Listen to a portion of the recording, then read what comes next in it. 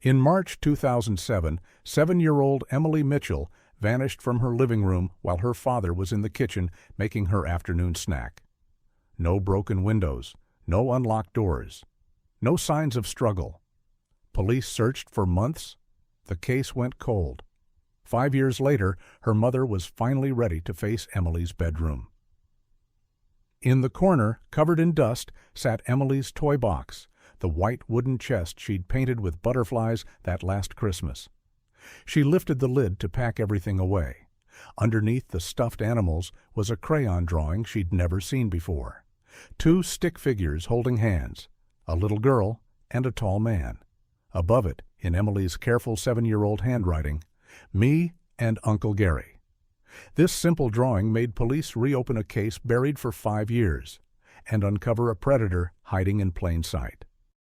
Tom Mitchell's hands were still stained with engine oil when his phone rang at 3:47 p.m. on a Tuesday in March 2012. He was under the hood of a '98 Camry at Mitchell's Auto Repair, the same garage his father had run for 30 years before Tom took over. The caller ID showed home, and Lisa never called during work hours unless something was wrong. "Tom, you need to come home." Lisa's voice was tight, controlled in that way that meant she was barely holding herself together. "I found something." Tom wiped his hands on the rag tucked into his belt. "What kind of something?" "Just come home, please." The drive from the garage to their house took 8 minutes. Tom made it in 5, his truck tires squealing around the corner where Emily used to ride her pink bicycle in endless circles, training wheels clicking against the pavement. The same corner where, 5 years ago, they'd taped missing person flyers to every telephone pole and mailbox. Lisa was waiting on the front porch, holding something in her hands. Even from the driveway, Tom could see she'd been crying. Her dark hair was pulled back in the messy ponytail she wore when she cleaned house, and there were dust streaks on her jeans. "I finally did it," she said as Tom climbed the porch steps. "I went into her room to pack things up. The church is having that clothing drive, and I thought maybe some of Emily's things could help other kids." Tom's chest tightened.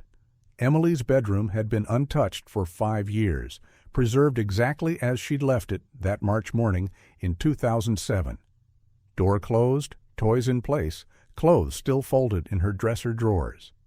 Lisa couldn't bring herself to change anything, and Tom hadn't pushed. Everyone grieved differently. "What did you find?" he asked, though part of him didn't want to know. Lisa held out a piece of paper. Construction paper, the kind they used at Emily's elementary school. Faded now, with small tears at the edges, but the crayon drawing was still clear. 2 stick figures holding hands. One small with long yellow hair, wearing what looked like a pink dress. One tall with brown hair, wearing dark clothes. Above them, in the careful block letters Emily had just learned to write, "Me and Uncle Gary." Tom stared at the drawing until the figures seemed to move on the page. His hands started shaking. Where was this? Bottom of her toy box, under Mr. Whiskers and all her other stuffed animals. "Tom, I don't think we ever looked in there, not thoroughly." The police, they went through her room that first week, but they were looking for signs of forced entry, evidence someone had taken her. They weren't looking at her artwork. Tom sank into the porch swing where he used to read Emily bedtime stories on warm summer nights. The drawing felt fragile in his weathered hands, like it might disintegrate if he breathed too hard. Gary Mills. Uncle Gary to Emily, though he wasn't actually her uncle. Just Tom's best friend since high school, the guy who'd been best man at Tom and Lisa's wedding, who came over every Sunday to watch football and play with Emily. She'd adored him, called him Uncle Gary from the time she could talk. The same Gary Mills who'd been there within 20 minutes of Lisa's panicked phone call on March 15th, 2007. Who'd helped coordinate the search parties, made flyers, walked through the woods calling Emily's name until his voice went hoarse. Who'd held Tom when he broke down in the police station, sobbing that he'd failed to protect his little girl. The same Gary Mills who'd moved to Phoenix 2 years later, claiming he needed a fresh start after the tragedy that rocked their small town. "Tom?" Lisa's voice seemed to come from far away. "What are you thinking?" "I'm thinking about that day," Tom said slowly. "March 15th, when I called Gary to tell him Emily was missing. He came right over, I remember. He was so upset." "Yeah, he was upset." Tom looked at the drawing again. In Emily's innocent artwork, she and Gary looked happy, safe, like they were going somewhere together. "Lisa, what if Gary knew Emily was missing before I called him?" Lisa sat down beside him on the swing, close enough that Tom could smell her shampoo and the faint scent of dust from Emily's room. "What do you mean?" "I mean, what if he already knew because he was the one who took her?" The words hung in the air between them like a physical thing. Saying it out loud made Tom's stomach drop, but it also made something click into place that had been bothering him for 5 years. "Tom, that's crazy. Gary loved Emily. He would never." "Would never what? Hurt her? Take her?" Tom stood up, pacing to the edge of the porch. "Lisa, we trusted him completely. Emily trusted him. If Gary had walked into our living room that day and said, 'Hey, Emily, want to go get ice cream?' she would have gone with him without question." Lisa's face went pale. But why? Why would Gary take Emily? Tom didn't have an answer for that, but he had questions, lots of them, questions that should have been asked 5 years ago. "Where did Gary work back then?" Tom asked. "The hardware store, Morrison's Hardware." "But Tom, the police questioned everyone who knew Emily. They talked to Gary multiple times." "And what did he tell them?" Lisa was quiet for a moment, thinking. "He said he was at work all day, had customers who could vouch for him. The police checked his alibi." Tom pulled out his phone. Morrison's Hardware was still in business, still owned by the same family. Old man Morrison would remember Gary Mills, especially if the police had come around asking questions about him. "I'm going to make some calls," Tom said. "Tom, wait." Lisa grabbed his arm. "What if you're wrong? What if this drawing doesn't mean anything? Emily drew pictures of lots of people, her teachers, neighbors, family friends. Then I'm wrong, and Gary really was just a good friend who tried to help us find our daughter." Tom looked at the drawing one more time. "But Lisa, what if I'm right? What if our best friend has been lying to us for 5 years? What if Emily didn't wander off and get lost?" The possibility hung between them, terrible and hopeful at the same time. Terrible because it meant someone they'd trusted had betrayed them in the worst possible way. Hopeful because if Gary had taken Emily, if she hadn't just wandered off into the woods, she might still be alive. "Call Detective Price," Lisa said quietly. "Show her the drawing. See what she thinks." Tom nodded, but he was already thinking beyond the drawing. 5 years of accepting that Emily had simply vanished, that they'd never know what happened to her. 5 years of believing their daughter had gotten lost and died alone in the woods. But if Gary Mills had taken Emily Mitchell, then everything they'd believed for 5 years was a lie. And Tom was going to find out the truth, no matter what it cost him. Detective Amanda Price hadn't changed much in 5 years. Same short auburn hair, same direct green eyes that seemed to catalog every detail of a room the moment she walked in. She sat at Tom and Lisa's kitchen table, studying Emily's drawing through a magnifying glass while her notebook lay open beside her coffee cup. "I remember this case," she said without looking up. 7-year-old girl vanished from her living room while Dad made her a snack. No signs of forced entry, no witnesses. We searched for months. Tom's hands were wrapped around his own coffee mug, using the heat to stop them from shaking. "Do you remember Gary Mills?" "Your friend who helped with the search." Price set down the magnifying glass and met Tom's eyes. "We interviewed him 3 times. He had a solid alibi for the entire day Emily disappeared. He was working at Morrison's Hardware from 8 a.m. to 6 p.m. Multiple customers and employees confirmed it." "That's what I wanted to ask you about," Tom said. "I called Morrison's yesterday, talked to Jerry Morrison himself." Lisa leaned forward. "What did he say?" Tom had spent the night going over his conversation with Jerry Morrison, turning every word in his mind like a puzzle piece that didn't quite fit. Gary worked there all right. But Jerry said something strange. He said Gary had asked to switch shifts that week. Normally work Tuesday through Saturday, but that particular week he asked to work Monday through Friday instead. Price pulled out her own notebook, flipping through pages.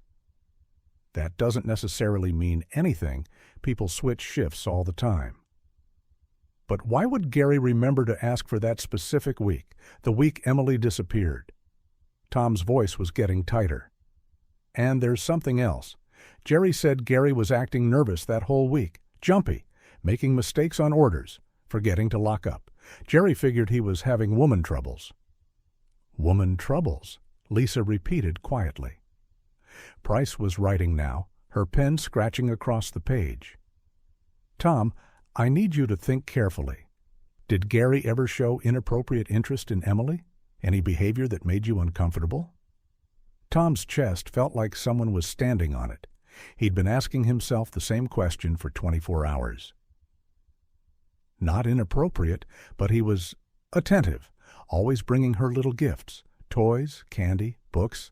Lisa and I thought it was sweet. He didn't have kids of his own. He never married, Lisa added, always said he was too busy to settle down, but he loved spending time with Emily. Sometimes I thought he wanted kids more than he let on. Price looked up from her notebook. Do you have any way to contact Gary now? He moved to Phoenix in 2009, Tom said. We kept in touch for a while.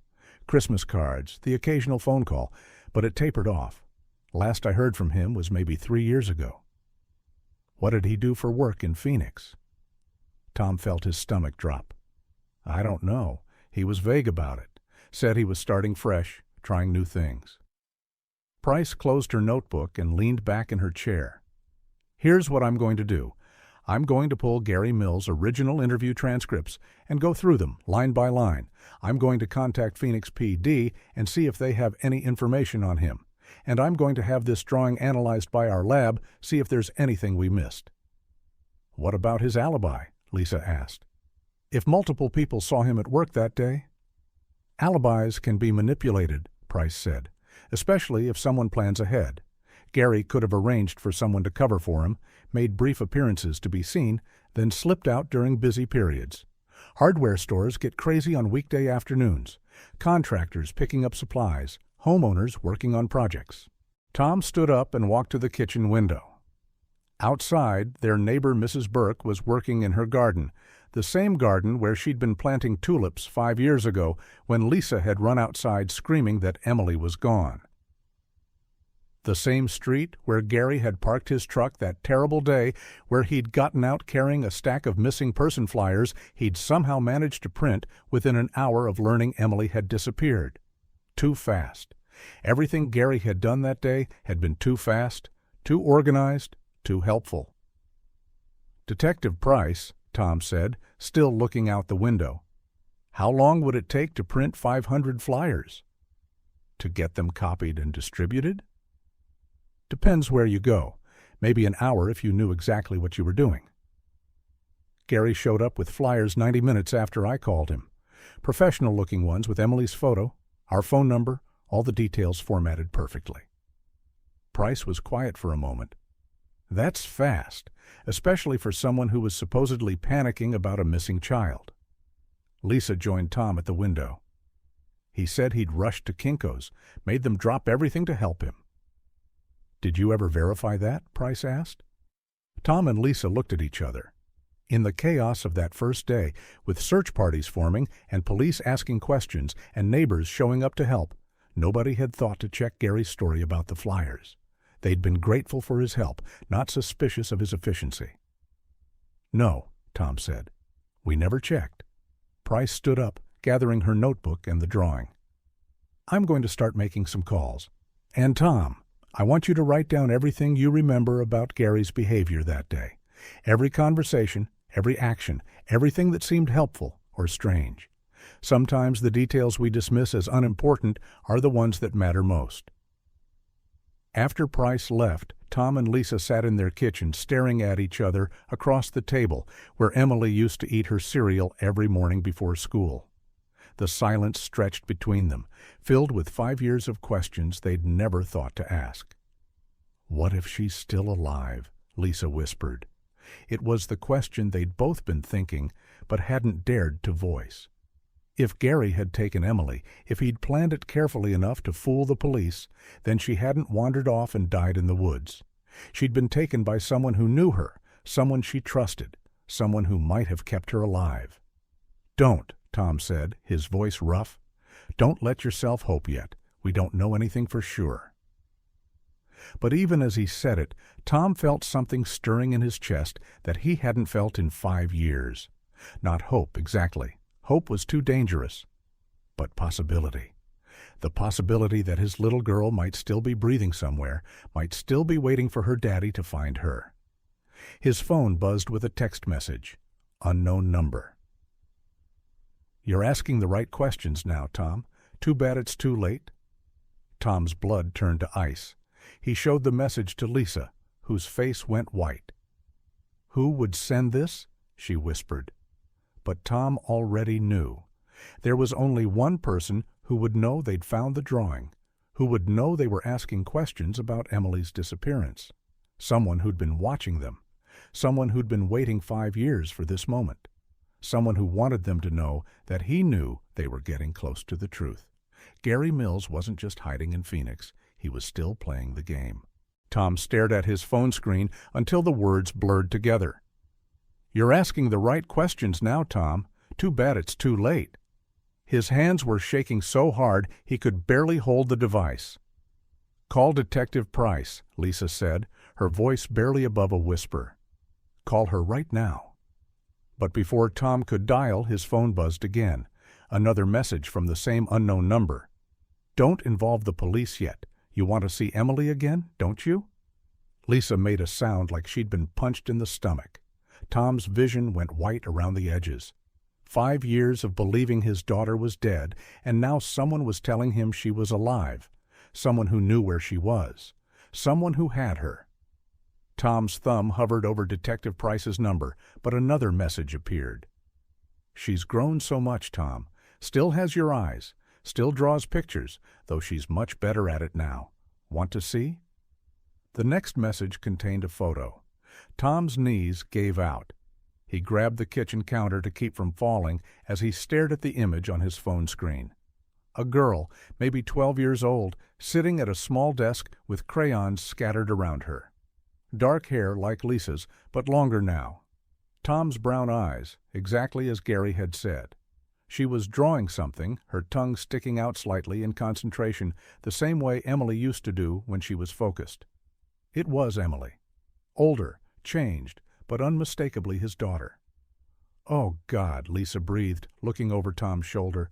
"Oh, God, that's her. That's our baby." Tom's chest felt like it was caving in. Emily was alive. His little girl was alive, and she'd been alive this whole time, while he and Lisa had mourned her, while they'd put flowers on an empty grave, while they'd tried to rebuild their shattered lives. Gary Mills had taken her. Gary Mills had let them suffer for 5 years while he kept Emily somewhere, doing God knows what to her. The phone buzzed again. "She asks about you sometimes, wonders why Daddy never came to find her. I tell her you stopped looking because you found a new family. Children believe what you tell them, don't they, Tom?" Tom made a sound that was half sob, half roar of rage. Lisa was crying now, harsh sounds that came from deep in her chest. "Where is she?" Tom typed with shaking fingers. "What do you want?" The response came immediately. "What I've always wanted, for Emily to be safe. She's happy here, Tom, happier than she ever was in that house where Daddy was always working and Mommy was always stressed about money. I gave her stability, love, a life without worry." "You stole her," Tom wrote back. "You kidnapped our daughter." "I saved her." "Do you remember what you were planning, Tom? The divorce papers Lisa had hidden in her dresser drawer? The custody battle that would have torn Emily apart? I gave her a better life." Tom's blood went cold. He and Lisa had been having problems in 2007. Money troubles, work stress, the normal strain of raising a child while trying to keep a small business afloat. They'd talked about separation, but they'd never told anyone, not even Gary. Except Gary had known anyway. "You were watching us," Tom typed, "spying on our family. I was protecting Emily from a broken home. Look how well it worked out. You and Lisa stayed together, didn't you? Nothing like losing a child to make parents realize what's really important." Lisa grabbed Tom's arm. "Don't engage with him. Call the police right now." But Tom's phone was buzzing with another message. "If you involve the police, Emily disappears forever. I've had 5 years to plan for this day, Tom. 5 years to create a life that can vanish in an hour. Call the cops and you'll never see her again." Tom stared at the photo of Emily again. She looked healthy, well cared for. Her clothes were clean, her hair was brushed. She had a small smile on her face as she drew. Whatever Gary had done to her, it didn't look like physical abuse. But she was 12 years old now, and she thought her father had stopped looking for her. She thought he'd given up on her. "What do you want from me?" Tom typed. "Stop digging. Stop asking questions. Tell Detective Price the drawing was just childhood artwork that doesn't mean anything. Go back to your life, and I'll send you photos of Emily once a month so you know she's safe and happy." "That's not enough." "It's all you're going to get, unless ... Tom waited, his heart hammering against his ribs. "Unless you want to see her in person. One visit, just you, to prove she's okay." Lisa grabbed the phone from Tom's hands. "No, absolutely not. It's a trap." But Tom was already thinking it through. Gary was smart, had fooled the police for 5 years, had managed to keep Emily hidden all this time. But he was also arrogant. Arrogant enough to send photos, to taunt them, to believe he could control the situation. Maybe arrogant enough to make a mistake. "Where?" Tom typed, taking the phone back from Lisa. "I'll send you an address tomorrow. Come alone. No police, no recording devices, no backup. Just a father who wants to see his daughter one more time." "Tom, don't," Lisa said. "He could kill you. Then what happens to Emily?" But Tom was already typing, "How do I know she's really okay? How do I know this isn't some sick game?" The phone rang. Tom answered without thinking. "Daddy?" The voice was older, different, but unmistakably Emily's. "Daddy, is that really you?" Tom's knees buckled.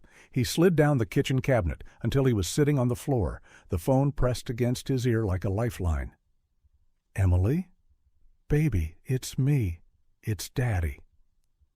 "I knew you'd find me someday," Emily said, and Tom could hear tears in her voice. "Uncle Gary said you forgot about me, but I knew that wasn't true. I knew my daddy would never forget me." "Never," Tom whispered. "I never stopped looking for you, baby. Not for one single day. I want to come home, Daddy. I want to see Mommy. I want to sleep in my own bed again." "You will, baby. I promise you will." But then Gary's voice came on the line. "That's enough. You've heard her voice. You know she's alive and safe.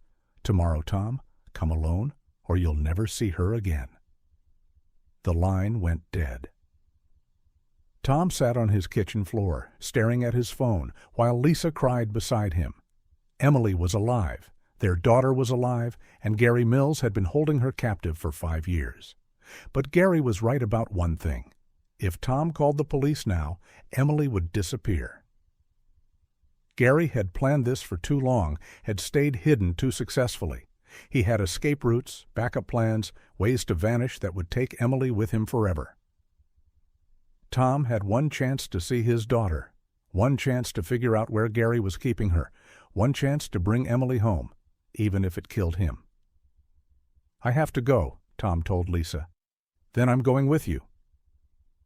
"No, if something happens to me, Emily's going to need her mother. You stay here, and if you don't hear from me by tomorrow night, you call Detective Price and tell her everything." Lisa grabbed his hands. "Tom, what if this is exactly what Gary wants? What if he's been planning this for 5 years, waiting for us to find that drawing so he could lure you out?" Tom looked at his wife, the woman who'd suffered beside him for 5 years, who'd blamed herself for Emily's disappearance just like he had. Then I guess we're about to find out what Gary Mills has really been doing with our daughter. But first, Tom had some preparations to make, because if Gary thought he could control the situation, if he thought Tom was just going to walk into whatever trap he'd set without a plan of his own, then Gary Mills was about to learn something about what happens when you threaten a father's child. Tom Mitchell wasn't the same broken man who'd collapsed in a police station 5 years ago, and he was done playing Gary's game by Gary's rules. Tom spent the night in his garage, surrounded by the familiar smell of motor oil and metal shavings, preparing for what might be his last day alive. He'd told Lisa he was working on invoices, but really he was trying to think like Gary Mills, trying to understand how his former best friend's mind worked after 5 years of living with stolen innocence. At 6 a.m., his phone buzzed with coordinates and a message. Riverside Park, old maintenance shed behind the baseball diamond. 2 p.m. Come alone or Emily pays the price. Tom knew the place. He'd taken Emily there dozens of times when she was little, pushing her on the swings while she squealed with delight. The maintenance shed was isolated, surrounded by woods, barely visible from the main park area. Perfect for someone who didn't want witnesses. But Tom had spent 20 years fixing engines, learning how machines worked, understanding that every system had weak points. Gary might think he was in control, but he'd made one crucial mistake. He'd let Tom hear Emily's voice. Now Tom knew she was really alive, really reachable, and that changed everything. Tom drove to Riverside Park at 1:30 p.m., parking near the baseball diamond where Emily had played t-ball the summer before she disappeared. His hands were steady now, the shaking replaced by cold focus. In his jacket pocket was his phone, set to auto-dial Lisa's number if he pressed the volume buttons 3 times. Not much of a backup plan, but it was something. The maintenance shed sat at the edge of the tree line, its paint peeling and roof sagging with age. Tom could see fresh tire tracks in the dirt nearby. Someone had been here recently. As he approached, the shed door opened and Gary Mills stepped out. 5 years had changed Gary. He was thinner, his dark hair now streaked with gray, his face weathered in a way that spoke of constant stress. But his eyes were the same, intelligent, calculating, and completely without remorse. "Tom," Gary said, like they were meeting for coffee instead of a hostage exchange. "You look good, staying in shape." "Where is she?" Gary smiled, the same easy grin that had charmed customers at Morrison's Hardware, the same smile that had fooled police investigators. "Straight to business. I always liked that about you, Tom. No small talk, no pretense." "I want to see my daughter." "Our daughter, you mean?" Gary's voice was casual, conversational. "I've been more of a father to Emily these past 5 years than you ever were. I was there for her first day of middle school. I helped her with her homework. I comforted her when she had nightmares about being abandoned." Tom's hands clenched into fists. "You gave her those nightmares. You stole her from her family." "I saved her from a family that was falling apart." Gary stepped closer, and Tom could see something manic in his eyes, something that hadn't been there 5 years ago. "Do you know what Emily told me last week? She said she barely remembers your voice. The man who created her is becoming a stranger, while the man who raised her is the only father she really knows." "You're insane." "Am I? Look at your marriage, Tom. Stronger than ever, isn't it? You and Lisa working together, supporting each other, united in your grief. Emily's sacrifice saved your relationship." Tom felt bile rising in his throat. Sacrifice? She was 7 years old. And now she's 12, and she's brilliant, and she's everything I hoped she'd become. Gary pulled out his phone and showed Tom another photo. Emily sitting at a kitchen table, doing what looked like algebra homework. Straight A's in school. Advanced classes. I homeschool her now. She's already working at a high school level. What school? Where are you keeping her? Gary's smile widened. Somewhere safe, somewhere the broken world can't hurt her, somewhere fathers don't work 60-hour weeks and mothers don't hide divorce papers in bedroom drawers. I want to see her, now. Of course you do. She's in the shed. Tom's heart stopped. Emily was here, just 20 feet away, separated from him by a wall of rotting wood and 5 years of lies. He started toward the shed, but Gary stepped in front of him. Before you go in there, Tom, I need you to understand something. Emily knows you as the father who gave up looking for her. In her mind, I'm the one who saved her from parents who didn't want her anymore. If you try to tell her different, if you try to convince her to leave with you, she'll fight you. She'll scream. She'll choose me over you. You poisoned her against us. I told her the truth, that you stopped searching after 6 months, that you and Lisa got on with your lives, that sometimes parents just give up when things get too hard. Tom wanted to hit him, to wrap his hands around Gary's throat and squeeze until those lies stopped coming. But Emily was in that shed, and she was more important than Tom's rage. Let me see her. Gary stepped aside, and Tom pushed open the shed door. The interior had been transformed into a small living space. A camping cot with clean sheets, a battery-powered lantern, a folding table covered with art supplies and books. And sitting on the cot, looking up at him with eyes that were exactly like his own, was Emily. She was taller now, her face more angular, her dark hair hanging to her shoulders. But when she smiled uncertainly, Tom saw the same gap between her front teeth, the same dimple in her left cheek. His little girl, grown older in captivity. "Daddy?" she said, her voice hesitant. "Uncle Gary said you might come." Tom dropped to his knees beside the cot, his vision blurring with tears. "Emily, my God, Emily, you're so big." She didn't hug him, didn't throw herself into his arms like he'd imagined in countless dreams.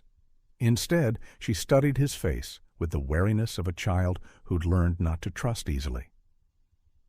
"You look different," she said. "Older?" "You look beautiful," Tom whispered. "You look perfect." "Uncle Gary says you have a new family now. That's why you stopped looking for me." Tom's chest felt like it was being crushed. "That's not true, baby. Mommy and I never stopped looking. Not for one day. We missed you so much." Emily's expression grew confused. "But Uncle Gary showed me the newspaper articles.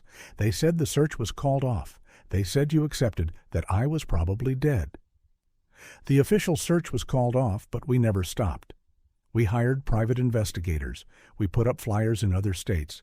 We never gave up hope that we'd find you." For the first time, something flickered in Emily's eyes. Doubt, maybe? Or hope. "Where's Mommy?" she asked.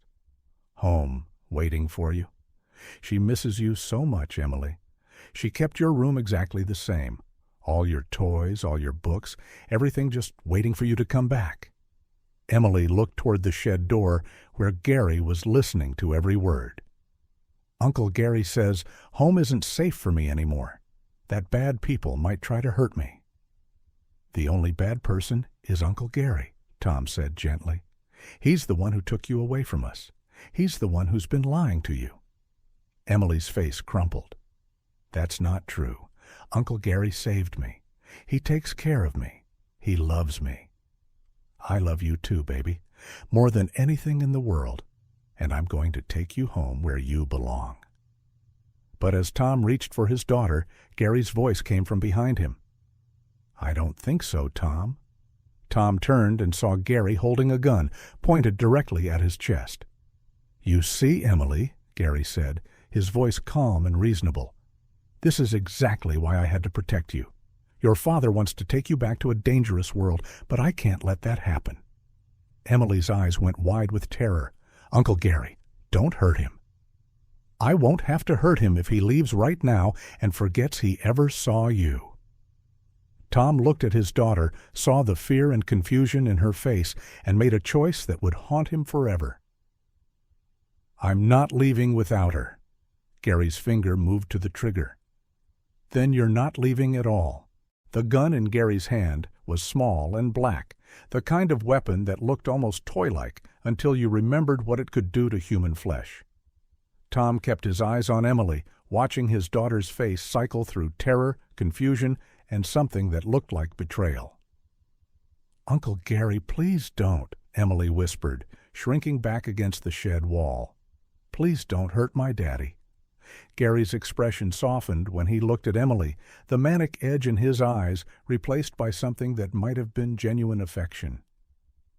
"I'm not going to hurt anyone, sweetheart, but your daddy needs to understand some things." "What things?" Tom asked, his voice steady despite the adrenaline flooding his system. Gary smiled, lowering the gun slightly, but keeping it trained on Tom's chest. "Sit down, Tom. We need to have a conversation about Emily's future." Tom remained standing. "Her future is with her real family." "Is it?" Gary pulled out his phone with his free hand, scrolling through what looked like photos. "Emily, tell your daddy about school. Tell him what grade you're in." Emily looked confused by the question. "I'm doing 9th grade math and 10th grade English. Uncle Gary says I'm gifted." Tom felt his chest tighten. Emily was 12 years old. She should be in 7th grade, maybe 6th. "And tell him about your friends," Gary continued. Emily's face fell. "I don't have friends. Uncle Gary says other kids are dangerous." "Other kids aren't dangerous, baby," Tom said gently. "You should have friends your own age." "See?" Gary said, his voice taking on the reasonable tone of a teacher explaining a difficult concept. "This is exactly the kind of confusion I've been protecting Emily from. Tom, your daughter is brilliant. She's advanced far beyond her peers. If you put her back in a regular school with regular children, you'll be stunting her development. She needs normal socialization. She needs intellectual stimulation and emotional stability, both of which I've provided for 5 years. Gary showed Tom his phone screen. "Look at this." The photo showed Emily at what appeared to be a science fair, standing next to a project about solar energy. She was smiling, holding a blue ribbon. "This was last month," Gary said. "Emily won first place in the regional homeschool science competition. She competed against kids 3 years older than her and dominated." Tom stared at the photo. Emily looked happy, proud, accomplished, nothing like a kidnapped child. "How many science fairs did you take her to when she was 7, Tom? How many advanced classes did you enroll her in? How much individual attention did you give her education?" "She was 7 years old. She was supposed to be playing and learning to read, not reaching her full potential," Gary interrupted. "Tom, Emily is exceptional. She always was, but you and Lisa were too busy with your marriage problems to notice." Emily was watching this exchange with growing distress. "Uncle Gary, what marriage problems?" Gary's smile widened. "Should I tell her, Tom? Should I explain how Mommy and Daddy were planning to get divorced before I saved her from that broken home?" "Don't," Tom said, his voice low and dangerous. "Emily has a right to know the truth. Don't you, sweetheart?" Gary looked at Emily with paternal warmth. "Your parents were fighting all the time before you came to live with me. Daddy was working 16-hour days at the garage, and Mommy was talking to divorce lawyers." Emily's eyes filled with tears. "Is that true, Daddy?" Tom felt trapped between honesty and protection. "We were having some problems, but you would have worked them out?" Gary laughed. "Tom, I found the papers Lisa had hidden. Custody agreements, asset division, the whole thing. You were weeks away from destroying Emily's world when I intervened." "You stole her!" "I saved her. And look how well it worked out. You and Lisa stayed together, didn't you? Nothing like losing a child to make parents realize what they're throwing away." Tom's phone buzzed. Gary gestured with the gun. "Check it, but slowly." The message was from an unknown number. "Having a nice reunion? Check your email." Tom looked at Gary, who was still smiling. "Go ahead, open your email." With shaking hands, Tom opened his email app. The newest message contained a video file. When he played it, he saw Emily in what looked like a different room, sitting at a desk and writing in a journal. "Today is March 15th, and it's been 5 years since Uncle Gary rescued me," Emily's voice said from the phone speaker. "I've been thinking about my old family lately, wondering if they ever really loved me, or if Uncle Gary was right about them not wanting me anymore." Tom looked up at Gary, horrified. "You recorded her?" "I document everything, Tom. Emily's progress, her education, her emotional development. I have 5 years of videos showing how well-adjusted and happy she's been in my care." The video continued. "Uncle Gary says my daddy was mean sometimes and that my mommy cried a lot. He says they fought about money all the time and used me as a weapon against each other. I don't remember it being that bad, but Uncle Gary knows about these things." "Turn it off," Tom said. "Let her finish." "Sometimes I dream about going home," Emily's recorded voice continued. "But Uncle Gary says home isn't there anymore. He says they probably moved away and forgot about me. He says some parents just aren't strong enough to handle children like me." Gary paused the video. 5 years of documentation, Tom.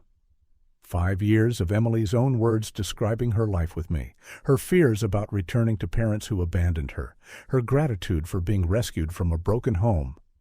Tom stared at his daughter, who was watching him with eyes full of questions and barely contained hurt. "Is it true?" Emily asked quietly. "Did you and Mommy fight about me?" "We never fought about you, baby. We loved you. We love you." "But you were getting divorced?" "We were having problems, but Emily, married people sometimes have problems. That doesn't mean—" "It means you were going to split me in half," Emily said, and Tom heard Gary's words coming out of her mouth. "It means I would have had to choose between Mommy and Daddy, and whichever one I didn't choose would have been sad and angry." Gary nodded approvingly. "Exactly. I saved you from that choice, Emily. I gave you stability and love without the drama of custody battles and divided loyalties." Tom felt the situation spiraling beyond his control. Gary had spent 5 years carefully crafting Emily's reality, feeding her just enough truth mixed with manipulation to make his lies seem reasonable. "Emily," Tom said desperately, "what Gary did was wrong. No matter what problems your mother and I were having, he had no right to take you away from us." "Even if it made you happier?" Emily asked. "Uncle Gary says you and Mommy are closer now than you ever were before. He says losing me taught you to appreciate each other." Tom wanted to scream. Gary had twisted their grief into validation for his crime, had used their marriage's survival as proof that stealing Emily had been the right thing to do. Gary's phone rang. He glanced at it and smiled. Right on time. "Who is that?" "A friend, someone who's going to help us relocate again." Gary looked at Emily with genuine sadness. "I'm sorry, sweetheart, but we're going to have to move again. Your daddy found us, which means others might too." "No," Emily said, standing up from her spot against the wall. "I don't want to move again. I'm tired of moving." "I know, baby, but it's necessary. We've had a good run here, but it's time to disappear again." "What if I don't want to disappear?" Emily's voice was getting stronger, more defiant. "What if I want to stay and figure things out?" Gary's expression hardened. "That's not an option, Emily. You're 12 years old. You don't get to make decisions like that." "But you said I was mature for my age. You said I was smart enough to understand complicated things." "You are, which is why you should understand that staying here would be dangerous for both of us." Tom saw his chance. "Emily, you do get to make choices. You're old enough to know what you want." "Don't confuse her, Tom," Gary warned, raising the gun again. But Emily was already confused, and Tom could see her starting to question the reality Gary had constructed for her. "I want to see Mommy," Emily said quietly. "Before we leave, I want to see if she really missed me." Gary shook his head. "That's not possible." "Why not?" "Because—" Gary faltered, searching for an explanation that wouldn't shatter his carefully built narrative. "Because he knows your mother would prove everything he told you was a lie," Tom said. Emily looked between the two men who had shaped her life, and for the first time in 5 years, she began to doubt the man who claimed to have saved her. "I want to see Mommy," she repeated, this time with more conviction. Gary's phone rang again. He answered it without taking his eyes off Tom and Emily. "Yeah, we're ready. No, there's been a complication. I don't care what the plan was. Things have changed." He hung up and looked at Emily with something approaching desperation. "Emily, we have 5 minutes before we have to leave. Whatever you think you want, whatever confusion your father has caused, you need to put it aside and trust me. I've kept you safe for 5 years. Don't let one conversation destroy everything we've built together." But Emily was shaking her head. "I want to see Mommy. I want to know if you've been telling me the truth about her not loving me anymore." "If I let you see her," Gary said carefully, "and she disappoints you, will you accept that I was right to protect you from that disappointment?" Emily nodded. Gary smiled, but Tom could see the calculation behind it. Whatever Gary was planning, it wasn't going to be the reunion Emily was hoping for. "All right then," Gary said. "Let's go see Mommy. But Tom, if you try anything heroic, if you try to signal for help or escape, Emily will pay the price. Do you understand?" Tom nodded, though every instinct screamed at him to fight, to run, to do anything except follow Gary deeper into whatever trap he was setting. But Emily was looking at him with hope in her eyes for the first time since he'd found her, and Tom couldn't bear to extinguish that hope, even if he suspected Gary was about to use Lisa to break their daughter's heart all over again. The walk from the maintenance shed to Gary's car felt like a death march. Emily walked between Tom and Gary, her small hand in Tom's, while Gary kept the gun pressed against his ribs, hidden beneath a jacket draped over his arm. To anyone watching from a distance, they might have looked like a family heading to their vehicle after a day at the park. "Remember," Gary murmured as they approached a dark blue sedan with tinted windows. "One wrong move, and Emily loses both her parents today." Tom's mind was racing, cataloging details. The license plate was covered with mud, deliberately obscured. The car looked generic, forgettable. Gary had planned this moment for years, thought through every angle. "Where are we going?" Emily asked as Gary opened the back door. "To see Mommy," Gary said with a smile that didn't reach his eyes. "Just like you wanted." But as Emily climbed into the back seat, Tom caught sight of something that made his blood run cold. On the floor of the car was a small duffel bag, and protruding from the partially open zipper was what looked like rope and duct tape. Gary noticed Tom's glance and leaned closer. "Insurance," he whispered. "In case your reunion with Lisa doesn't go the way Emily hopes." They drove through town in silence, Emily pressed against the window, watching familiar streets she hadn't seen in 5 years. Tom recognized the route. They were heading toward the old industrial district, where abandoned warehouses and empty lots provided plenty of privacy for whatever Gary had planned. "It looks different," Emily said quietly, watching a new shopping center where there used to be vacant land. "Everything looks different." 5 years is a long time, Tom said. "Things change." "People change too," Gary added from the driver's seat. "Sometimes the people we remember aren't the same when we see them again." Tom caught Gary's eyes in the rearview mirror and saw the cruel satisfaction there. Whatever Gary had arranged for Emily's reunion with Lisa, it was designed to hurt. They pulled into the parking lot of Morrison's old textile mill, a brick building that had been shuttered for over a decade. Gary parked behind the building, out of sight from the main road. "She's inside," Gary said, turning off the engine. "How is Lisa inside?" Tom asked. "How did you—" "I've been planning this moment for 5 years, Tom. Did you really think I didn't have contingencies?" Gary pulled out his phone and showed Tom a text thread. "Your wife received a very convincing message from your phone number asking her to meet you here. Something about finding Emily and needing her help." Tom's stomach dropped. Lisa was here, walking into Gary's trap, with no idea what she was facing. "She's been waiting inside for 20 minutes, Gary continued, getting more worried by the minute. wondering why her husband isn't answering his phone, why he'd ask her to come to such a strange place. Emily was listening to this exchange with growing confusion. Why would Mommy be worried? Doesn't she want to see me? That's what we're about to find out, Gary said, opening his door. But Emily, I need you to be prepared. Sometimes parents say things they don't mean when they're upset. Sometimes they make promises they can't keep. What kind of promises?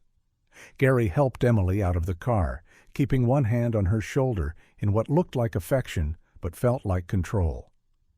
Promises about loving you forever, about never giving up on you, about wanting you back no matter what. Tom wanted to hit him. Gary was setting Emily up for devastation, poisoning her expectations before she even saw her mother. Your mother has been living a different life for 5 years, Gary continued as they approached a side door to the building. She's had time to heal, to move on. She might not be ready to go back to being Emily's mommy. That's not true, Tom said fiercely. Lisa has thought about you every single day, Emily. She's never stopped being your mother. We'll see, Gary said, producing a key from his pocket. Won't we? The door opened into a corridor that smelled of dust and decay. Gary led them through the abandoned building, their footsteps echoing off concrete walls. Emergency lighting cast strange shadows, making the familiar seem threatening. They could hear Lisa before they saw her, the sound of someone pacing, talking anxiously on the phone. Tom, where are you? This place is creepy, and I don't understand why you wanted me to come here. Call me back, please. Gary motioned for them to stop at the entrance to what had once been the main production floor. Through the doorway, Tom could see Lisa standing in a pool of light from a battery-powered lantern, holding her phone and looking around nervously. She looked older, worn down by 5 years of grief. Her hair was shorter, streaked with gray that hadn't been there when Emily disappeared. She was thinner, too, like someone who'd forgotten to take care of herself while focusing on other things.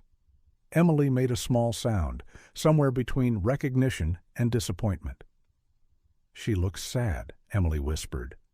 She's looked like that for 5 years, Gary said quietly. Grief changes people, Emily. It makes them fragile, unstable. Tom wanted to scream at Gary's manipulation, but he was trapped. Anything he said would sound like desperate contradiction to Emily's own eyes. Mommy? Emily called out, her voice small and uncertain. Lisa spun around, the phone dropping from her hands to clatter on the concrete floor. For a moment, she just stared, as if Emily might be a hallucination brought on by stress and desperation. Emily? Lisa's voice cracked. Oh my God, Emily? Emily took a hesitant step forward, then stopped. Hi, Mommy. Lisa rushed toward them, tears streaming down her face, but Gary stepped between them with his hand raised. Careful, he said, his voice gentle but firm. Let's take this slowly. Emily's been through a lot of changes. Lisa looked at Gary as if seeing him for the first time, confusion replacing joy on her face. Gary? What are you doing here? Tom said he found Emily, but how did you... I've had Emily for 5 years, Lisa, Gary said calmly. I've been taking care of her. The color drained from Lisa's face. What? I saved her from the divorce you and Tom were planning, from the custody battle that would have torn her apart. Lisa looked at Tom, then at Emily, then back at Gary. You took her? You're the one who... I'm the one who gave her stability and love while you and Tom figured out your marriage. We looked for her for years? Lisa's voice was rising toward hysteria. We never stopped looking. How could you do this to us? Emily flinched at her mother's tone, and Gary immediately placed a protective hand on her shoulder.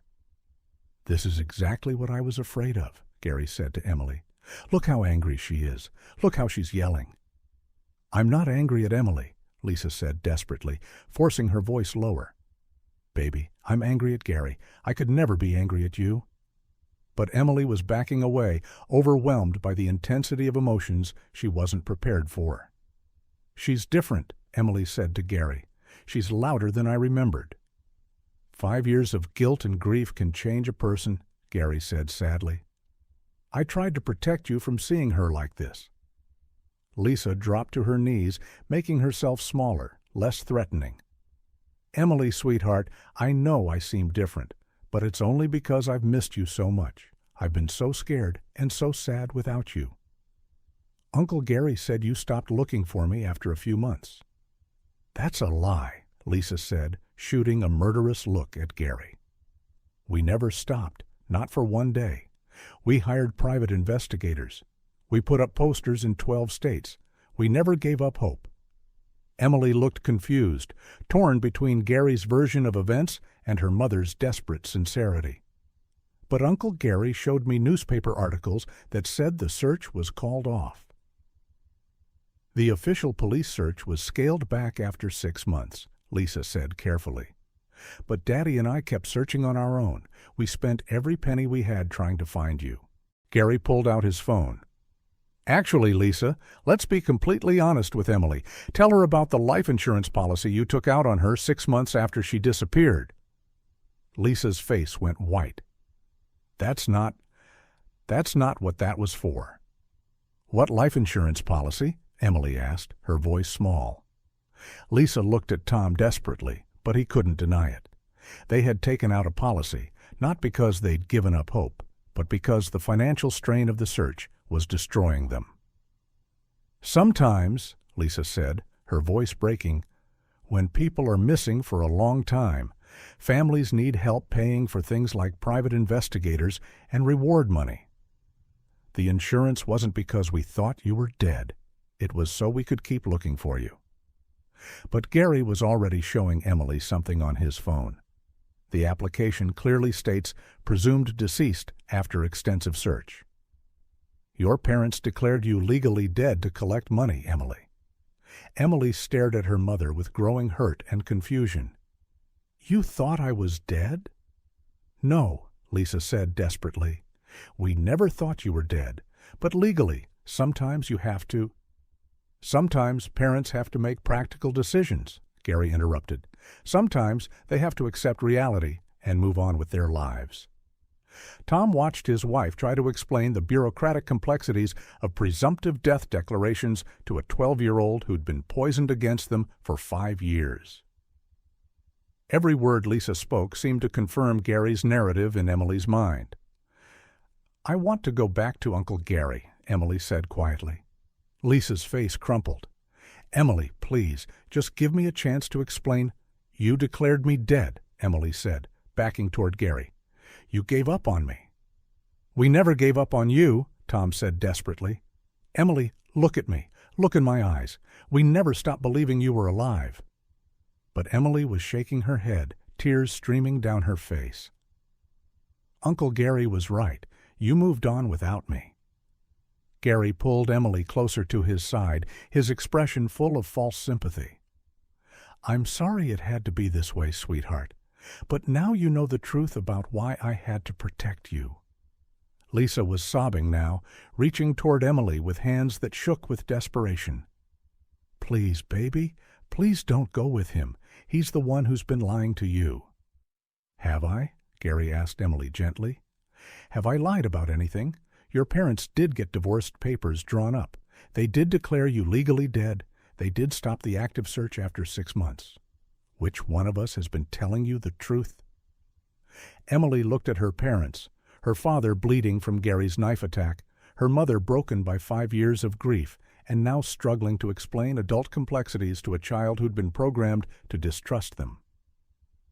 I want to leave, Emily said to Gary. I want to go home. Which home? Gary asked. The one with me, where you're safe and loved and understood? Or the one with parents who declared you dead and moved on with their lives? Emily's choice was breaking Tom's heart before she even made it. The one with you, she whispered. Gary smiled and pulled out his phone. Our ride is here. Say goodbye to your parents, Emily. This is the last time you'll see them. But as Gary turned toward the exit, Tom saw something in his wife's face. Not defeat, but determination. Lisa had seen what Gary was doing to their daughter, had watched him manipulate Emily's emotions, and twist the truth. And Lisa Mitchell had spent 5 years learning to fight for her child. "Emily," Lisa called out, her voice stronger now. "Before you go, I want to show you something." She pulled out her phone and opened the photo gallery. "Uncle Gary can tell you we moved on, but let me show you what our life really looked like without you." What Emily saw on that phone screen was about to change everything. Lisa's phone screen glowed in the dim warehouse light as she scrolled through 5 years of documented grief. The first photo showed Emily's bedroom, exactly as she'd left it. Toys arranged on shelves, bed made with her favorite purple comforter, stuffed animals lined up against the pillows. "This was taken last week," Lisa said, her voice steady now despite the tears on her cheeks. "Your room has been exactly the same for 5 years. Nothing moved, nothing changed." Emily stared at the image, confusion flickering across her face. "But Uncle Gary said you packed everything away."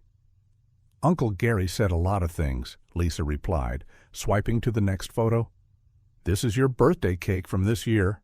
March 22nd, I made it just like always with chocolate frosting and rainbow sprinkles."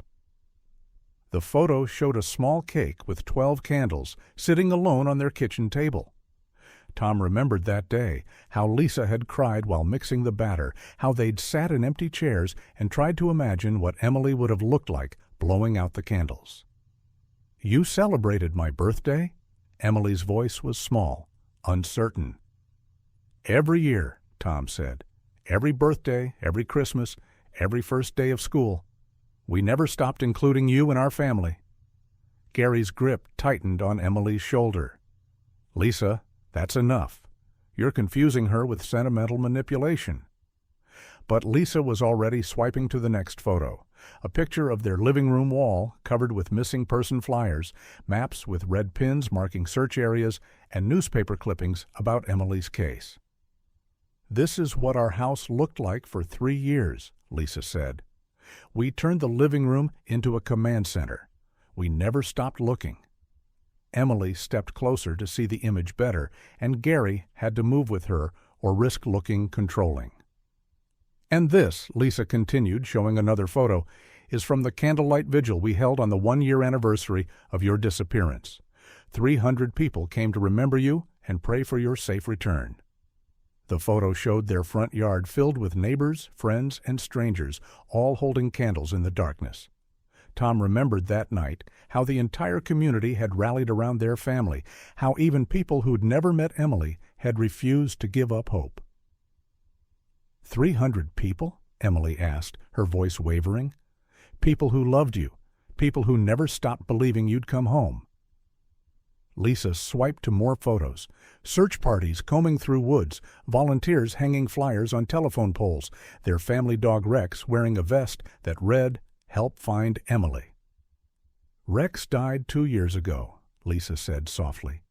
"But until the day he died, every time someone came to the door, he'd run to it hoping it was you coming home." Emily's composure was cracking. He remembered me?" "Animals don't forget the people they love," Tom said, "and neither do parents." Gary could see his carefully constructed narrative falling apart. "Emily, don't let them manipulate you with pictures. Anyone can stage emotional scenes after the fact." But Lisa was ready for this objection. She showed Emily a video, time-stamped March 15th, 2008, exactly 1 year after Emily's disappearance. "This is me talking to Channel 7 News," Lisa said, pressing play. On the screen, a younger Lisa stood in their front yard, surrounded by yellow ribbons tied to trees and fence posts.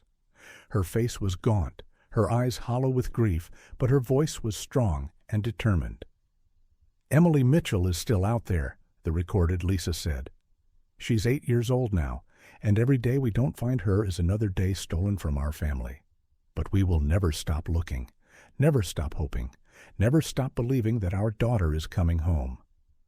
Emily watched her mother's younger self break down on camera, watched Tom appear in the frame to hold Lisa while she sobbed, watched both parents cling to each other with the desperation of people whose world had been shattered. If you had moved on, Emily said slowly, if you had stopped caring about me, you wouldn't have looked like that. Gary's face was darkening. Emily, we need to leave. Now. But Emily wasn't listening to him anymore. She was staring at her phone, where Lisa had opened a video from just 3 months ago. This is from your last birthday, Lisa said.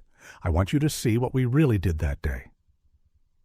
The video showed Tom and Lisa sitting at their kitchen table with the birthday cake, their faces lined with 5 years of accumulated grief.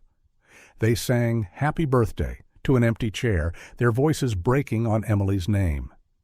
Lisa made a wish and blew out the candles, then whispered, "Come home to us, baby. Please come home." Emily made a sound like she'd been hit.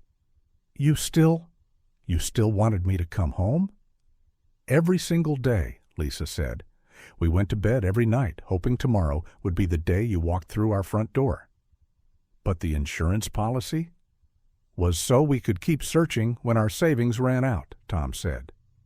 "Emily, we spent $70,000 on private investigators. We mortgaged our house twice. The insurance policy wasn't because we thought you were dead. It was because we refused to accept that you were dead." Gary was pulling Emily toward the exit now, but she was resisting, her eyes fixed on her mother's phone. "Show me more," Emily said. "There isn't time," Gary started. "I want to see more," Emily said, her voice stronger now.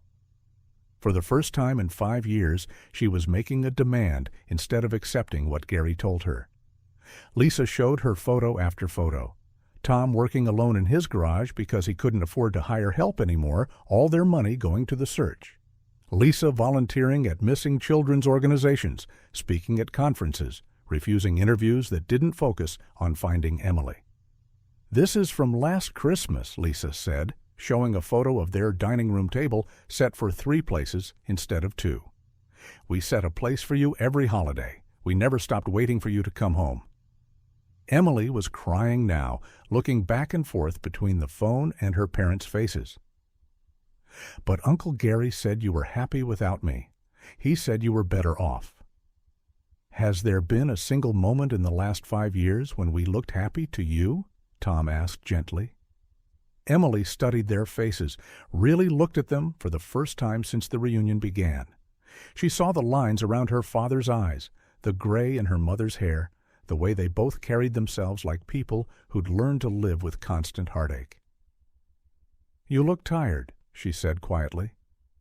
"We've been tired for 5 years," Lisa said, "tired and heartbroken and desperate to find you." Gary made his move then, grabbing Emily's arm and pulling her toward the exit. "Enough! We're leaving!" But Emily planted her feet, refusing to be dragged. "No! Emily, these people abandoned you?" "No, they didn't," Emily said, her voice gaining strength. "You lied to me. About everything." Gary's mask was slipping completely now. "I protected you." "You stole me," Emily said, the words coming out like a revelation. "You stole me from parents who loved me and never stopped looking for me." "They were getting divorced." "So what?" Emily's voice was rising. "Lots of parents get divorced and they don't lose their children. You had no right to take me away from them." Gary pulled out his gun, no longer bothering to hide it. "I had every right. I loved you more than they ever did." "If you loved me," Emily said, backing away from him, "you wouldn't have let me think my parents didn't want me. You wouldn't have made me hate them for giving up when they never gave up." "They replaced you." "With what?" Emily gestured around the empty warehouse. "With who?" "Look at them, Uncle Gary. Do they look like people who replaced me?" Tom watched his daughter see Gary Mills clearly for the first time, not as the savior who'd rescued her from an unstable home, but as the predator who'd stolen 5 years of her life and poisoned her against the people who loved her most. "I want to go home," Emily said, moving toward her parents. "I want to go to my real home." Gary raised the gun, pointing it directly at Emily's chest. "If I can't have you, then no one can." But Emily wasn't the same scared 7-year-old who'd trusted Uncle Gary 5 years ago. She was 12 now, and she'd learned to think for herself despite Gary's attempts to control her mind. "Go ahead," she said, her voice steady. "Shoot me.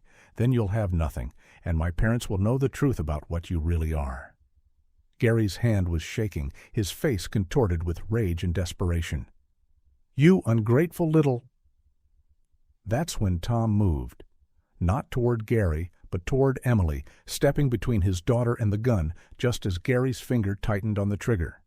The shot echoed through the warehouse like thunder. But this time, Tom was ready for it. This time, he had a plan that didn't involve getting everyone killed. And this time, Gary Mills had underestimated exactly how far a father would go to bring his daughter home. The gunshot echoed through the warehouse, but Tom was already moving, diving sideways and pulling Emily with him behind a concrete support pillar. The bullet sparked off the floor where they'd been standing, sending chips of concrete flying. "Stay down," Tom whispered to Emily, pushing her behind him. But Gary's rage had consumed what was left of his sanity. 5 years, he screamed, advancing on their hiding spot. 5 years I gave you everything. I made you brilliant. I made you special, and you choose them? Lisa had taken cover behind an old piece of machinery, her phone still clutched in her hand. Tom could see her frantically trying to dial 911, but the warehouse's thick walls were blocking her signal. "Emily," Gary called out, his voice echoing off the concrete walls. "I know you're scared, but this doesn't have to end badly. Come back to me, and I'll forgive you for this confusion."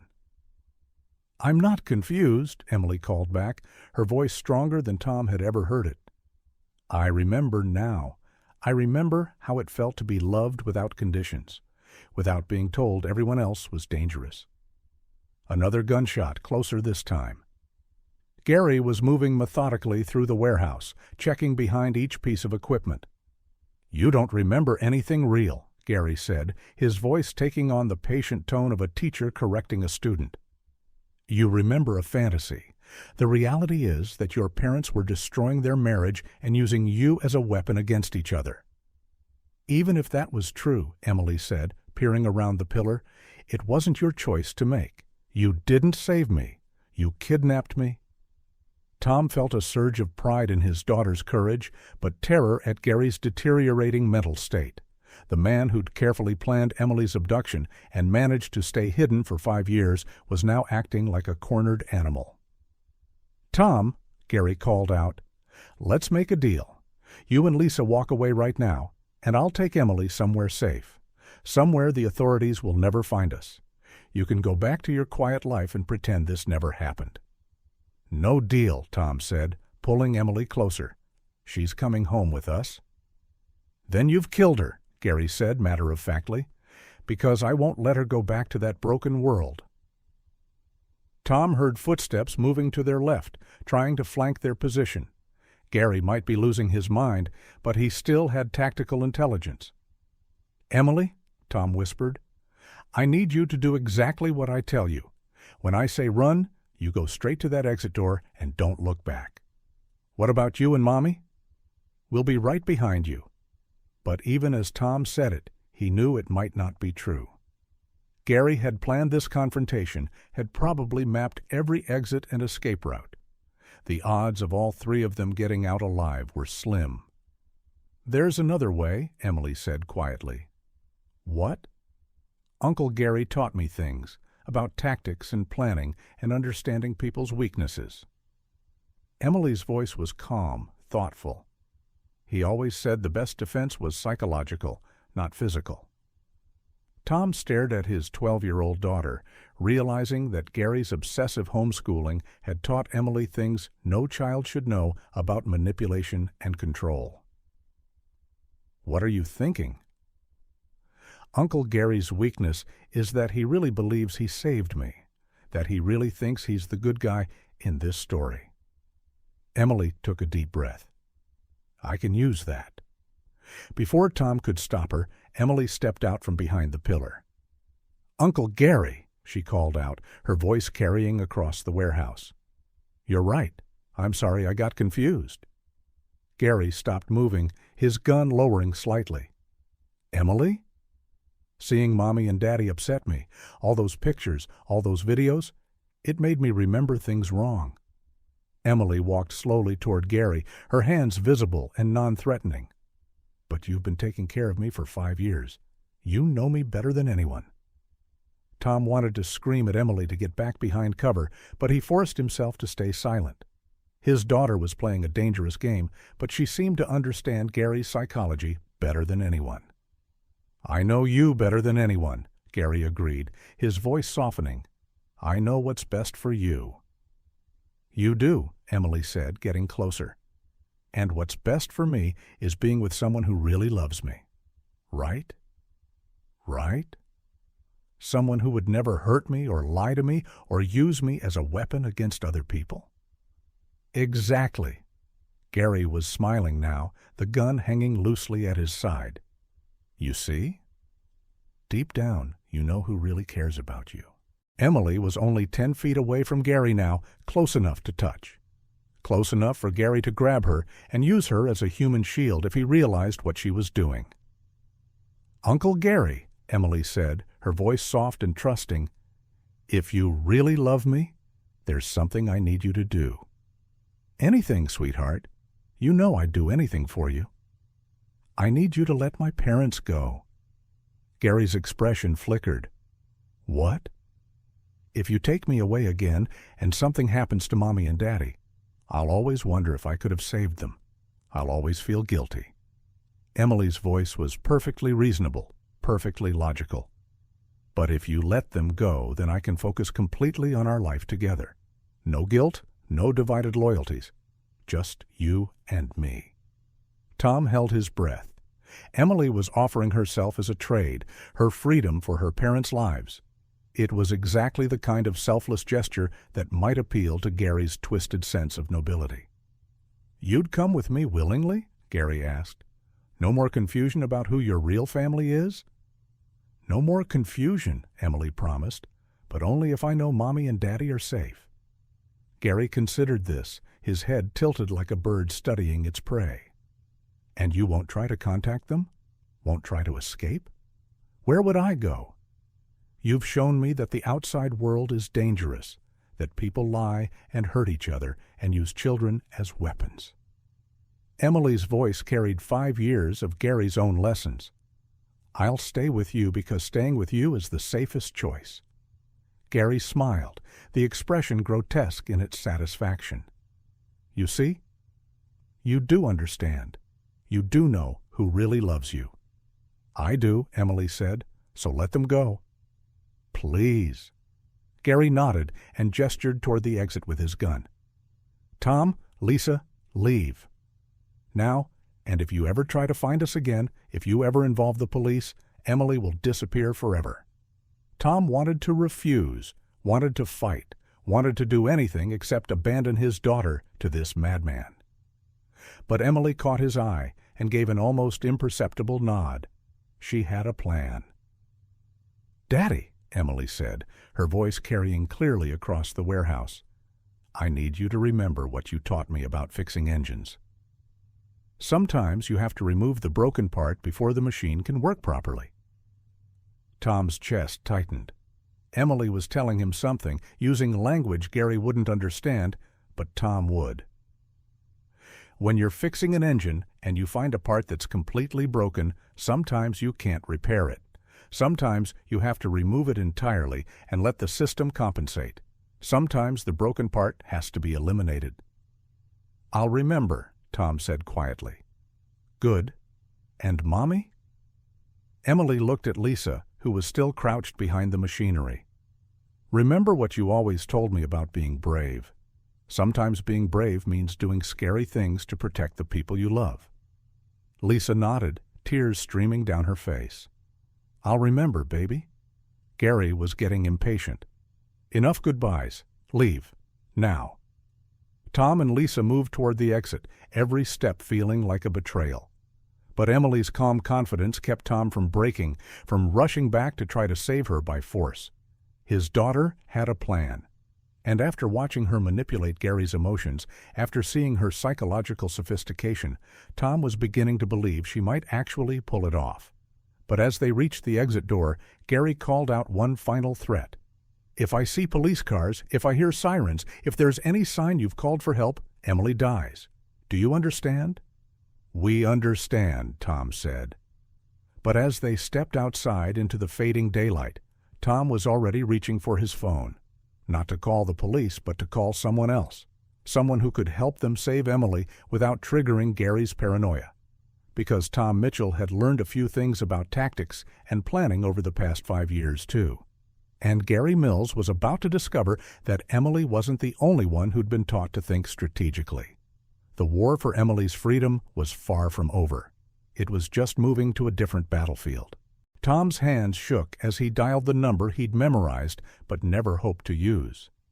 Outside the warehouse, the evening air felt cold against his sweat-soaked skin, and Lisa leaned against their car, sobbing with the desperate grief of a mother who'd just been forced to abandon her child again. "Mitchell's Auto Repair," came the familiar voice on the other end. "Danny, it's Tom. I need you to listen carefully and do exactly what I tell you." Danny Morrison had been Tom's business partner for 8 years. A former Marine who'd lost his left leg in Afghanistan but retained all of his tactical training. More importantly, Danny was the only person Tom trusted who had the skills they needed right now. "Tom? You sound like hell. What's going on?" "Gary Mills has Emily. He's holding her in the old textile mill on Industrial Road. He's armed and unstable, and he's threatened to kill her if he sees any police." Danny's voice immediately shifted to combat mode. "How long have you known where she was?" "We found her today. Danny, she's been alive this whole time. Gary took her 5 years ago and convinced her we'd abandoned her." "Jesus Christ, what do you need?" Tom looked back at the warehouse where his daughter was alone with a madman who'd spent 5 years twisting her reality. Emily's trying to manipulate him, but she's 12 years old. If Gary figures out what she's doing... I'm 10 minutes away. What's the building layout? Tom closed his eyes, visualizing the textile mill from his teenage years when he and his friends had explored the abandoned structure. Single story, brick construction, main production floor in the center with offices around the perimeter. Multiple entrances, but Gary parked at the north side service door. Windows? High industrial style. Some are boarded up, some are just dirty glass. Sightlines? He's got good visibility of all the main entrances from the production floor, but Danny, there are old steam tunnels under the building. They connect to the basement of Morrison's Hardware next door. Danny was quiet for a moment, thinking. Your dad still has keys to the hardware store? Should. The basement access hasn't been used in years, but it should still be clear. I can be in those tunnels in 15 minutes. But Tom, if this goes wrong, if Gary panics... I know. Tom looked at Lisa, who was staring at the warehouse with desperate eyes. But we can't leave her in there, and we can't trust the police not to escalate the situation. What about negotiation? Professional hostage negotiators? Gary's been planning this for 5 years. He's got escape routes, backup plans.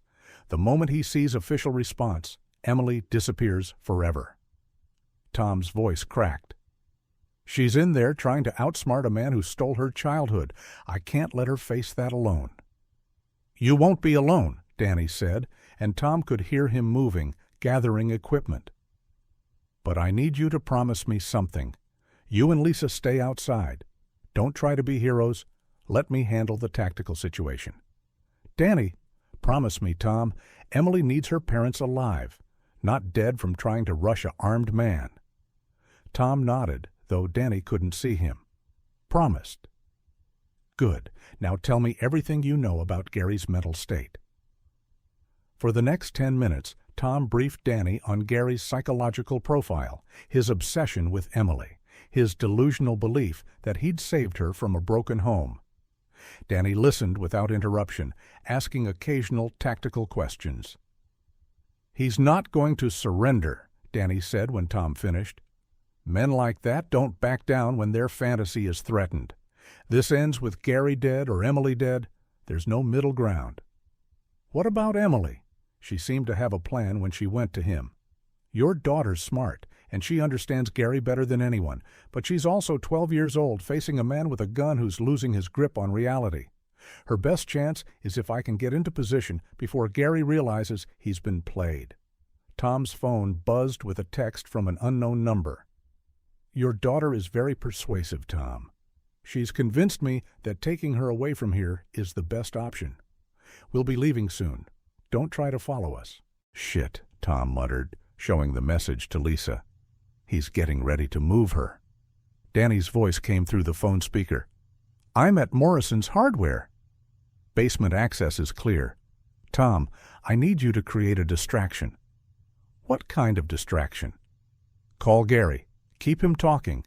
Make him think you're trying to negotiate. I need 5 minutes to get into position.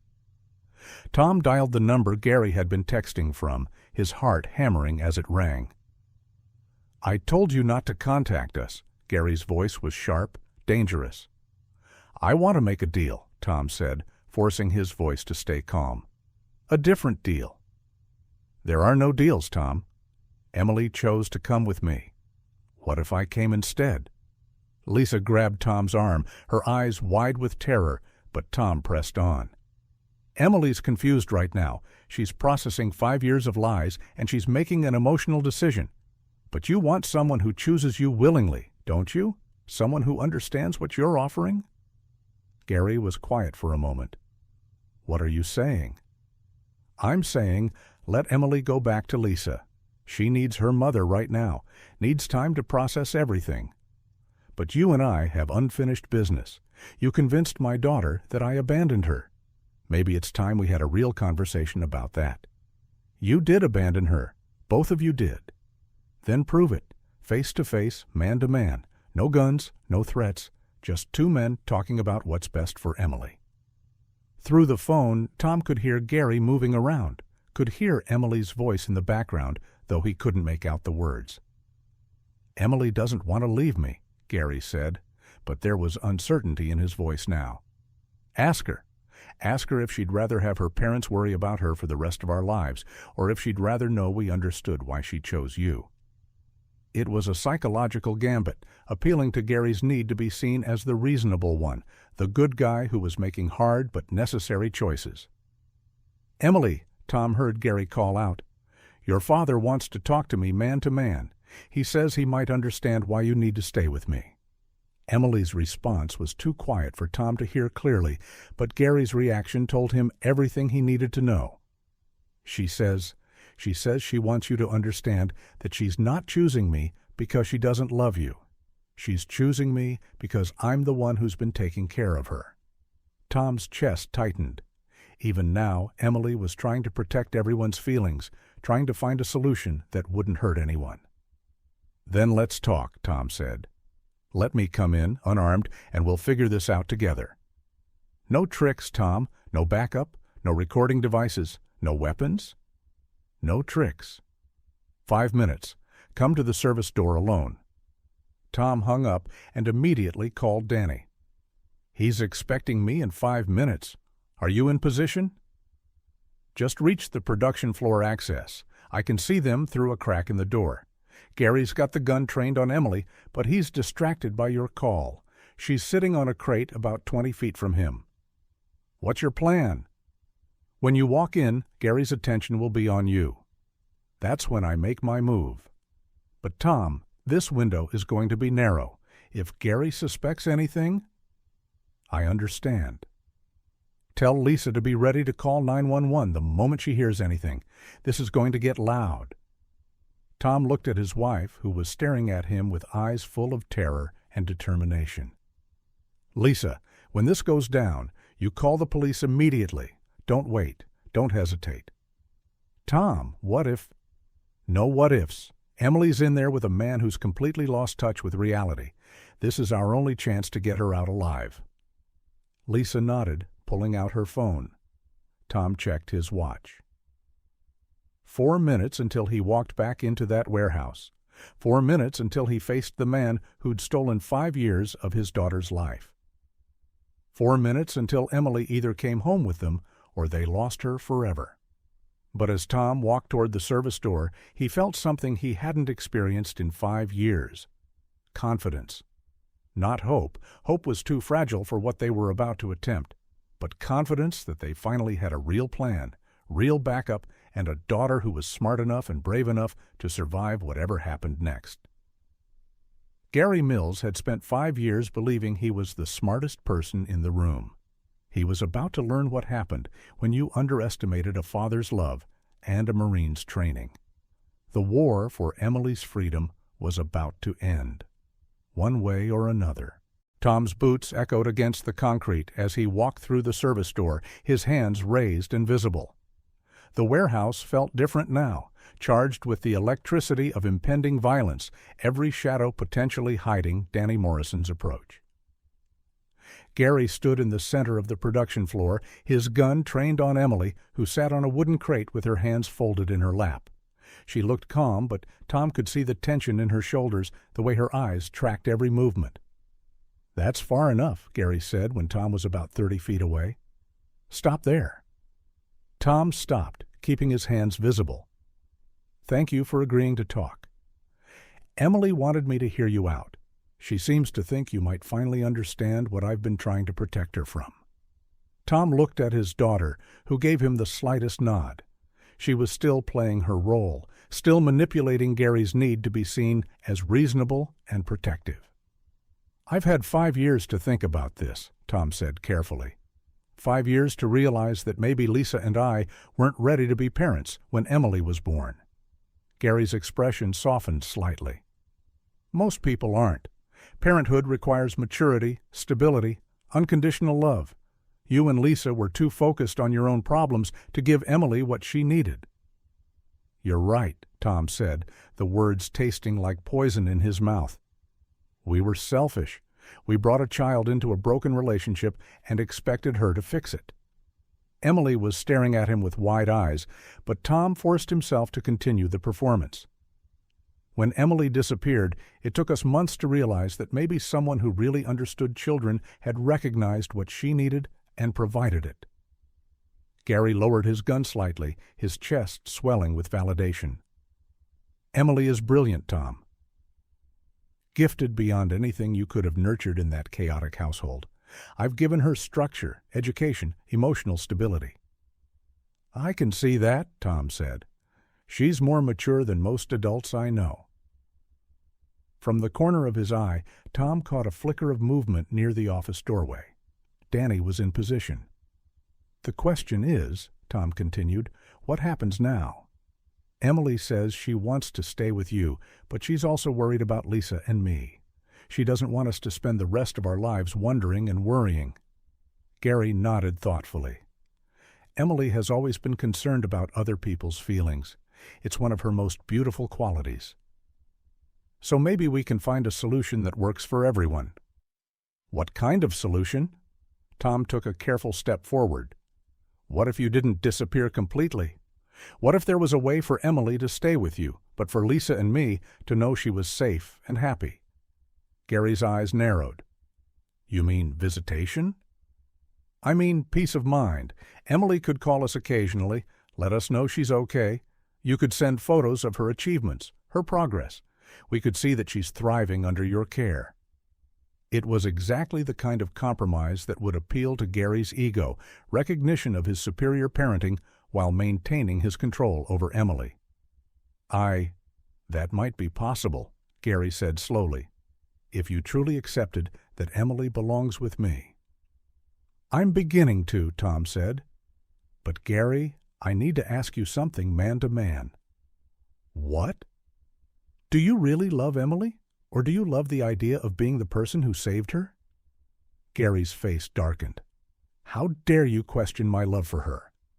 Because if you really love her, you'll want what's best for her, even if it's not what's best for you." "I am what's best for her." Tom saw Emily tense, saw her glance toward the office doorway where Danny was hidden. She could sense the conversation was about to turn dangerous. "Maybe you are," Tom said quietly. "But Gary, Emily's going to grow up. She's going to become a teenager, then a young woman. She's going to want friends, relationships, experiences you can't give her while hiding from the world. The world is dangerous. Some of it is. But Emily's strong enough to handle danger now. You've made her strong. You've given her intelligence and resilience and the ability to think for herself. Gary was shaking his head. She's not ready. She's still just a child. Is she? Tom looked at Emily, who was watching Gary with the calculating gaze of someone much older than 12. Look at her, Gary. Really look at her. Is that a child sitting there, or is that a young woman who's been forced to grow up too fast? Gary followed Tom's gaze and for the first time seemed to really see Emily, not as the 7-year-old he'd taken, but as the 12-year-old she'd become. A 12-year-old who'd learned to manipulate adults, to read psychological cues, to survive in isolation.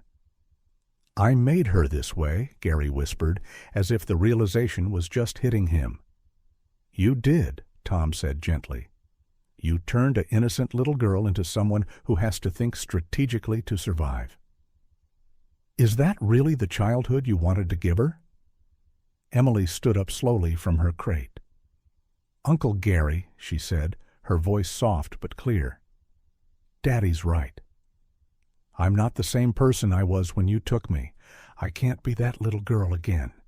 Gary spun toward her, the gun wavering between Tom and Emily.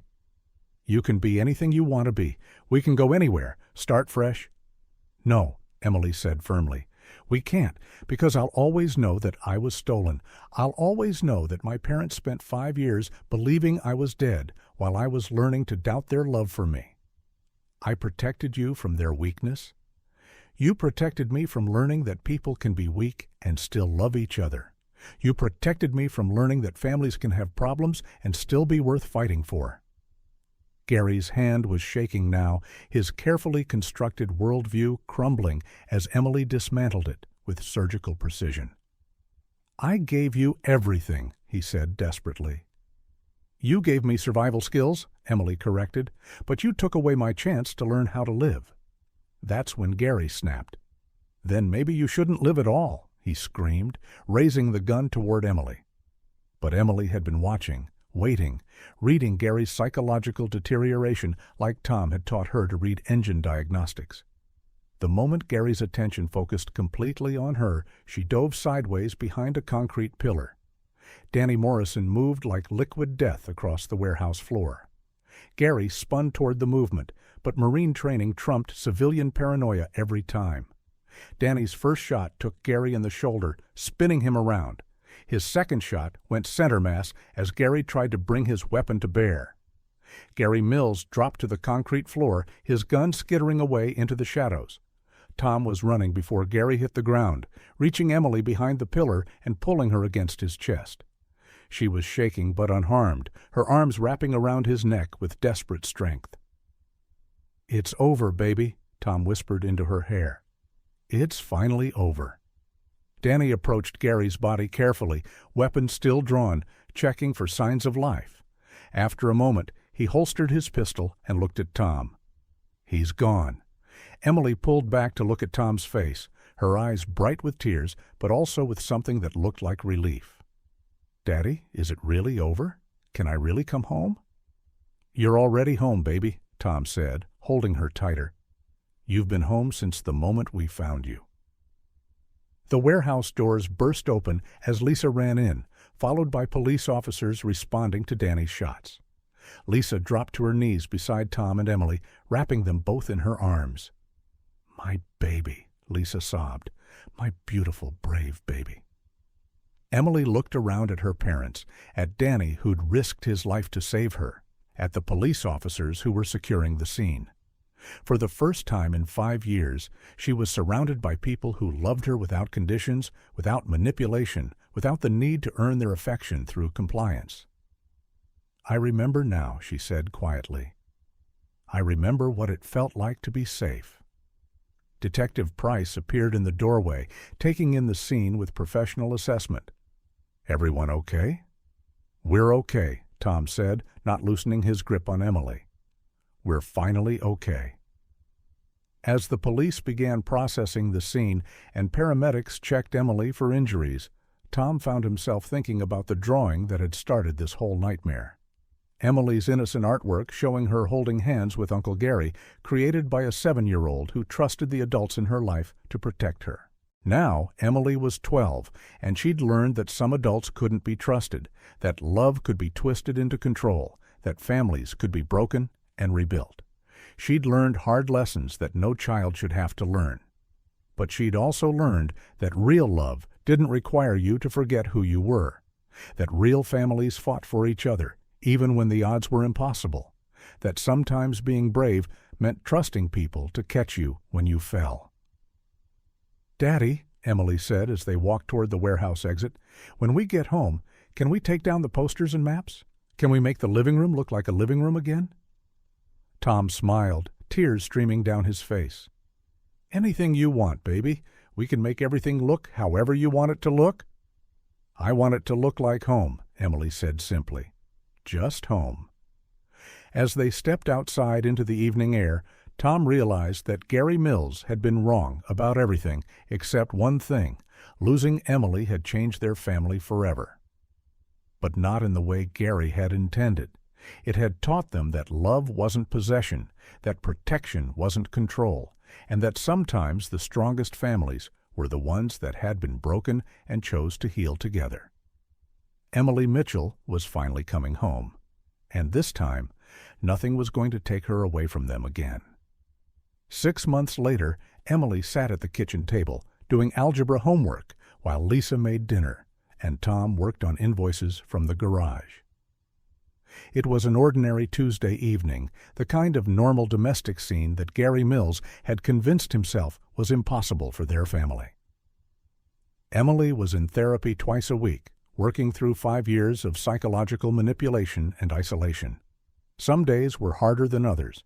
She still sometimes woke up confused about where she was, still sometimes flinched when adults raised their voices, still sometimes tested whether her parents' love was conditional.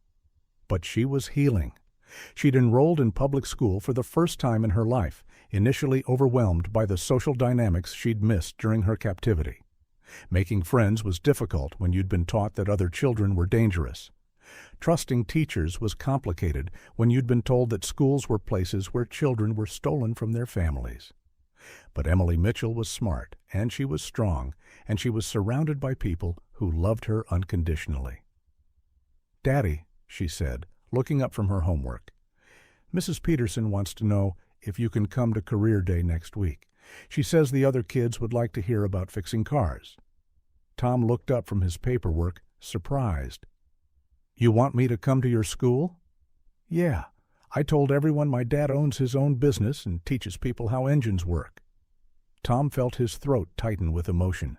For 5 years, he'd wondered if Emily would ever be proud to be his daughter again. "I'd love to come to Career Day," he said. Emily smiled, the same gap-toothed grin she'd had at 7, though her adult teeth had grown in now, and went back to her homework. Lisa caught Tom's eye across the kitchen and mouthed, "She's going to be okay." Tom nodded, watching his daughter work through algebraic equations with the same methodical patience she brought to everything now. Emily Mitchell had learned to think strategically, to read people's motivations, to survive in impossible circumstances. Gary Mills had taught her those skills to control her, but Emily was using them to build a life where she could finally be free. On the refrigerator, held by a magnet shaped like a wrench, was Emily's latest drawing. Not crayon stick figures this time, but a detailed pencil sketch of their family, Tom, Lisa, and Emily standing in front of their house with their arms around each other. At the bottom, in Emily's careful handwriting, were 3 words: "Finally coming home."